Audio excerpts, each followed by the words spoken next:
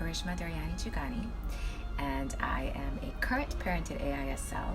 I work here as the Alumni Relations Director and Director of Communications as well. And I am a parent of two kids at AIS who are currently in 6th grade and 4th grade.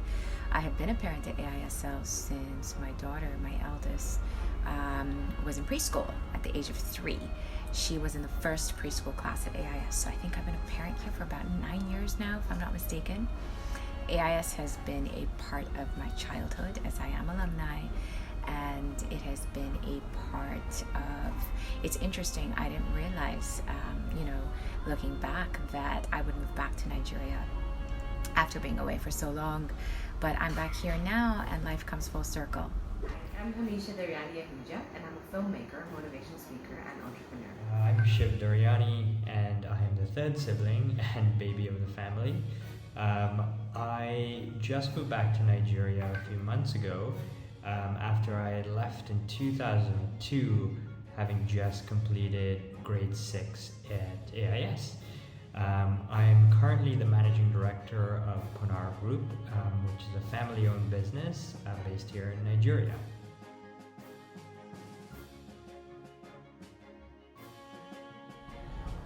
So I joke around that I can fly away and leave Lagos and Nigeria, and they say when you drink the water, you will always come back. So I attended AIS from 1992 to 96, grades 5 to grades 9. And then I ended up in boarding school with a lot of AIS kids because the school only went up to 9th grade and everyone went to boarding school. So yes, I feel like my friends from AIS are friends for life because I still keep in touch with them till today. A lot of us are parents of kids. A lot of alumni parents actually have their kids that go here, and we bond over that. Even though we went to school at different times or in different grades, I guess when you grow older it doesn't really matter because you still connect and bond over this great school. It's just a testament to the legacy it has. And the fact that I work here and my kids attend the same school that I went to and have my teachers teach them is surreal.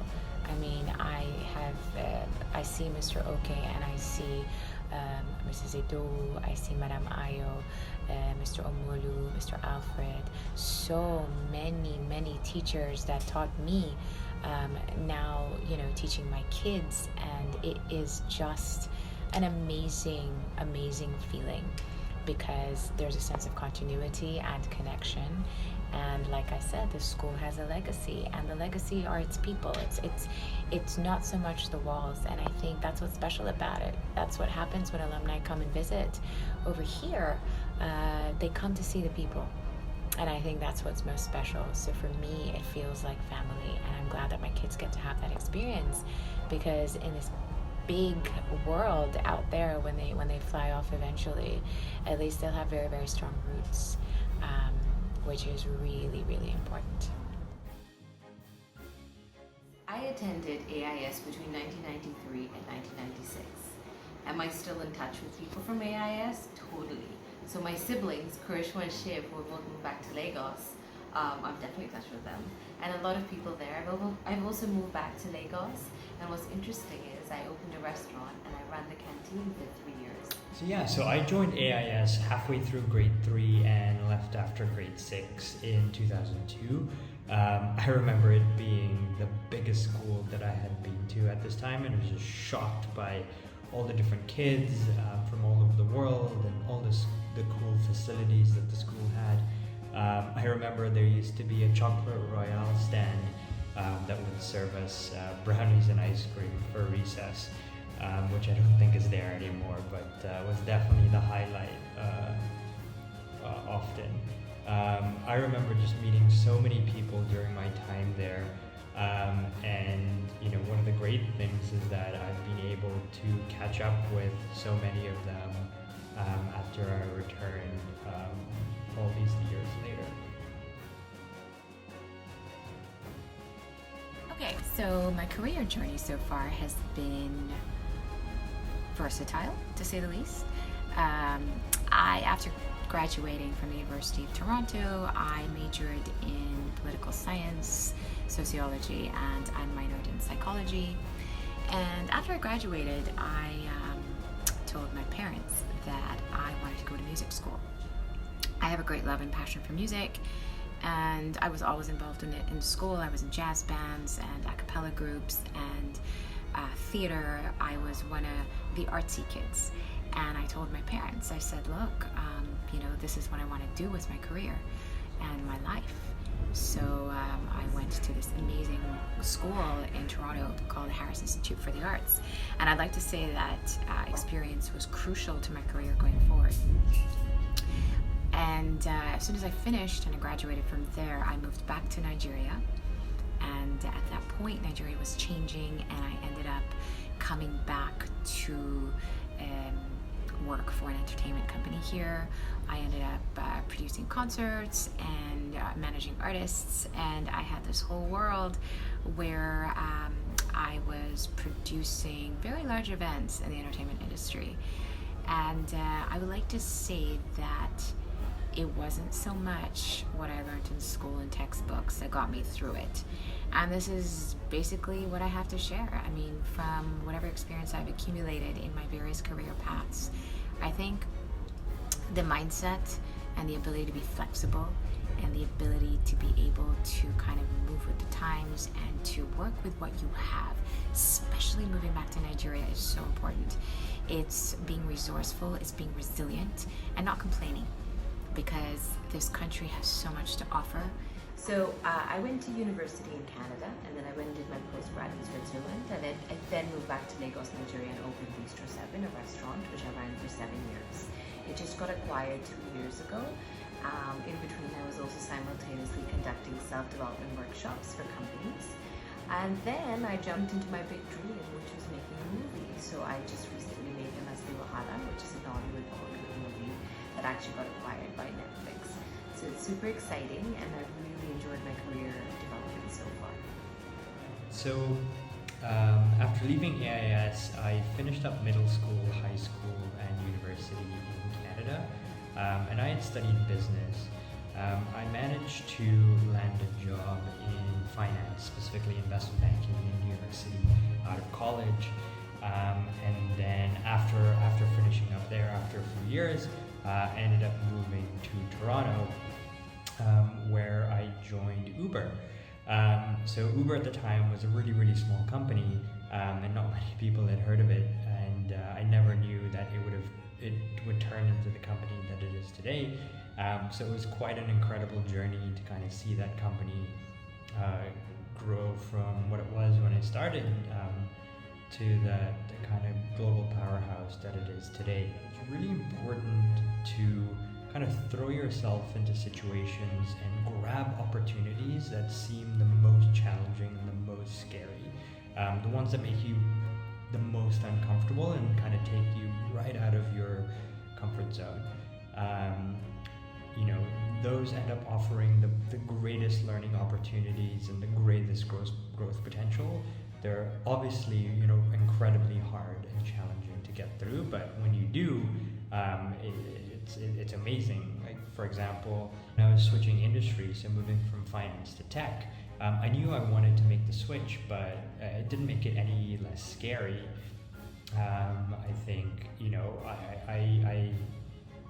I was about to enter an industry I didn't know anything about, into a company that not many people knew of. I mean, hindsight's 20/20 on Uber, but it was I had to think long and hard about it. But I realized that the learning opportunity would be incredible. The skill set I would gain would be let's say extremely helpful in terms of taking me on a future growth path in my career. And honestly, those experiences and many others that I've had in various other cities and countries as well has helped kind of prepare me for this step that I've taken here, which is to move back to Nigeria and take over the family business. when I started working at AISL, I was fortunate enough to, as part of the administration team, being able to be exposed to different education practices around the world, to be able to attend conferences which talked about the future of education and learning. And as a result, it has opened my mind where I believe in lifelong learning, and I believe that kids' curiosity is the most important, and it matters little as to what they actually learn in textbooks and more about how they apply it. And it's something that is said very often, but I feel that this school really instills that. It instills a love of learning in kids. And I have been fortunate to see my kids grow and thrive as a result. I have seen their confidence. I have seen them wanting to learn and explore things on their own without any parental prompting, without anyone telling them to go and research something. They want to do it on their own, and luckily they have the tools to do that with technology and with all the resources, in talking to their friends, in talking to their teachers who are so approachable. They're able to explore whatever it is that they want to explore, and they always have a supporting environment to do that. And I honestly think that is the beauty of this school, the small, tight-knit community, the care and attention that each child gets. Enables them to be able to explore without any hesitation and without any fear of making a mistake, because there's no, unlike other learning environments that are perhaps a little bit more conservative, I feel, this is my personal opinion, that a child over here is able to have that creative confidence to go ahead and learn.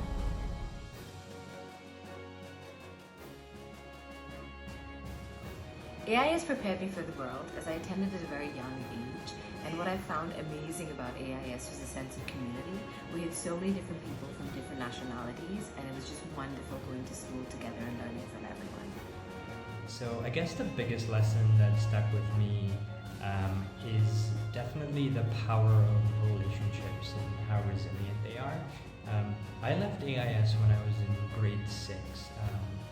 So that's 18 years ago, and I lost touch with a lot of the friends that I had while I was here. But now that I've returned 18 years later, a lot of these people are still in Lagos in Nigeria, and they were absolutely pivotal in helping me kind of reintegrate back into Lagos and ease my transition. And it felt like no time had passed at all.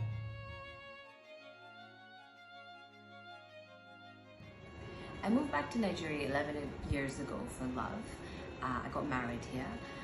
But now looking back today, I just love Nigeria even for my career. I love being here. I believe it's a land of opportunities, and I think it's a wonderful place to be. My vision for Nigeria is actually to spread the beautiful message of how wonderful this place is. Through the industry I've entered, there's so much potential, there's so much talent, and I can't wait for everyone to see how wonderful this country is. I came back to Nigeria because I was inspired by the opportunity that this country has to offer. Nigeria is on its way to becoming an absolutely unstoppable global powerhouse, and I needed to be a part of that journey, especially given that I'm lucky and fortunate enough to have a platform here. My parents have been working on a business that they've been running for 40 plus years, and both my sisters live here. And so, I knew I had a base that, I could build off of. And so I think that what I've seen so far from this country is that, there's an incredibly young population who are super hungry and super driven, and incredibly enterprising.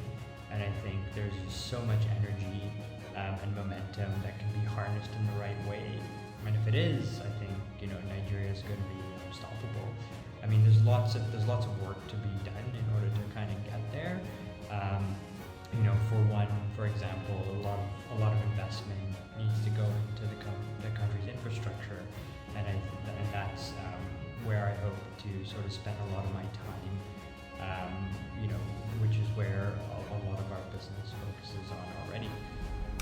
If you are fortunate enough to be able to be educated and to learn best practices overseas, I think it's amazing to be able to come back and share what you have learned, and to learn from the mindset and see what you can do to work to build things and innovations and experiences and ideas and businesses that don't exist yet. And I think that's why we're all here, why my whole family is back here, because this is our home. We are third generation Nigerian, and this is, as we say, the fountainhead of our existence. I mean, as my parents keep telling us, that this place is something that we will forever be indebted to, because it allowed us to give you the opportunities to be able to be educated in the best of institutions, and we are able to come back here and share what we have learned and learn from people over here and build going forward. So I don't look at it as a giving back. I look at it as contributing towards what has built us in the first place.